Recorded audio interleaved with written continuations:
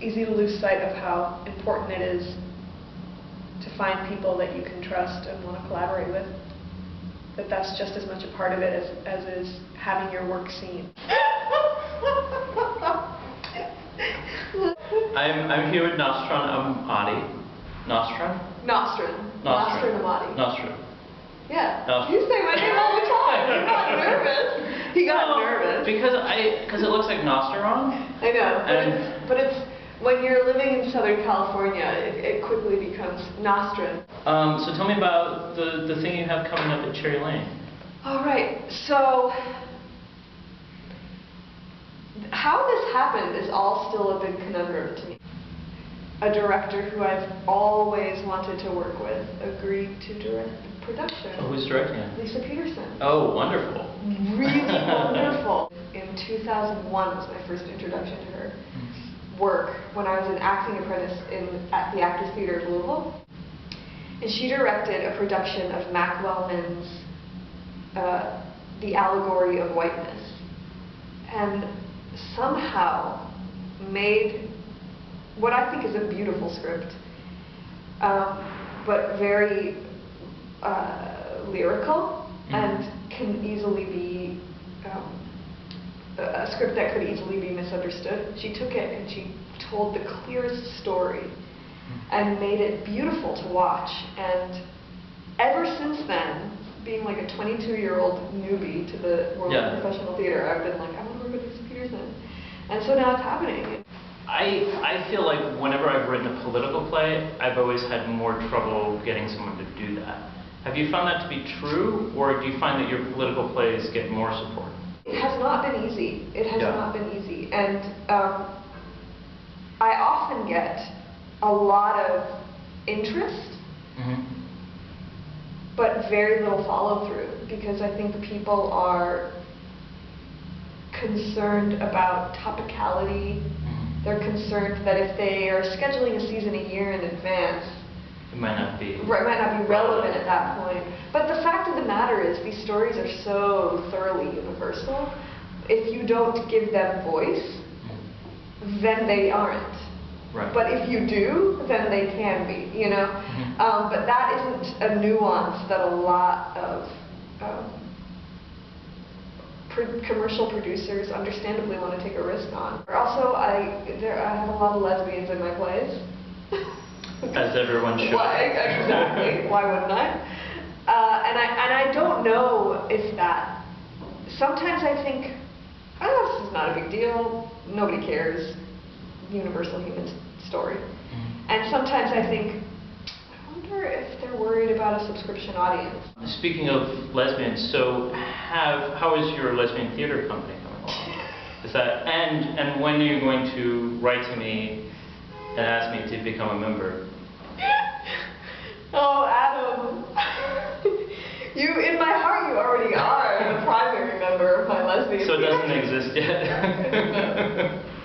No, I think in fact, it should. Wait, this needs Can we to be put off out the a record. call right now? It's something I'm interested in, and there are some great writers out there. It can be like the next 13P, I think. Like 13L. 13L. 13L. 13L. There's at least 13 probably in the city that you could tap. Definitely at least 13. Adam will be 14. It'll be 13L, and then I'll just like hold it in. We're just gonna. Yeah, we won't even like add you to the title. It won't be 13L and Adam. It'll be like 13L, but like you'll also I was marginalized. Oh my God, yes! I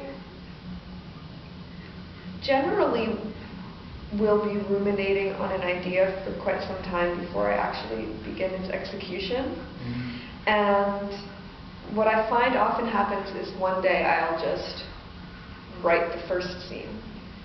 Usually it just comes, and it might end up being the last scene of the play or middle scene of the play, whatever. But it's whatever is the first scene to me in that moment. And it'll usually be like a 20 to 25 page chunk that I'll just come up with. And then I will start figuring out who the people are, and I will slowly work my way through. And sometimes that 25 pages can come out in 2 hours, and the next 70 pages are like a labored 3-month, process. I would say I work on it 4 days out of the week. I have a day job, so I'm there 3 days out of the week.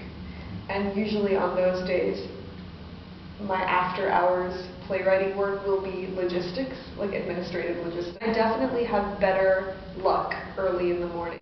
I go through my ritual of writing in my journal for like 45 minutes or whatever, and then I'll just open the computer and start working. And usually I'll end up working for 3 to 4 hours before I need a break. The journaling is almost become a log of where I've been and where I'm going with the project I'm working on. Like, it'll help me establish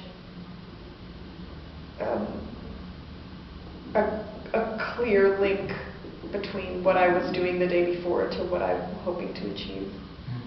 So you could publish it along with the book. People can look through it and see your process. There's also stuff in there that's like, my coffee isn't as strong today. I mean, it's like... People love that stuff.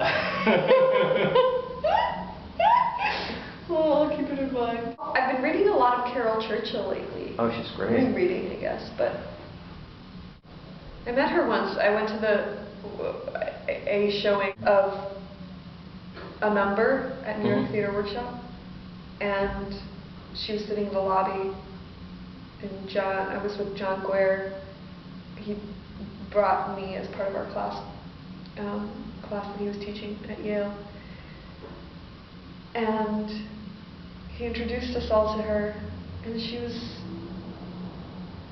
so kind. I mean, just so kind with us, and received us so warmly.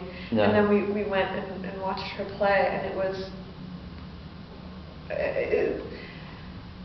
I saw her play Far Away at New York Theater Workshop too, and both of those experiences are two of my top theater-going experiences. Sam Shepard played the father. Nice. And his work is another oeuvre of work that I'm highly influenced by. So it was really cool to watch actually that happen, like him in her play for me, because I was like, holy shit, these are two of my heroes collaborating on a project, because that's what they do, because they're artists. It was nice to have that moment of the recognition of what it is to be an artist, which is just doing it. It's just like, totally, yeah. I understand your work and I want to do it, or I think I can bring something to it and I want to try, and let's do it. Let's get in a room and fucking do it.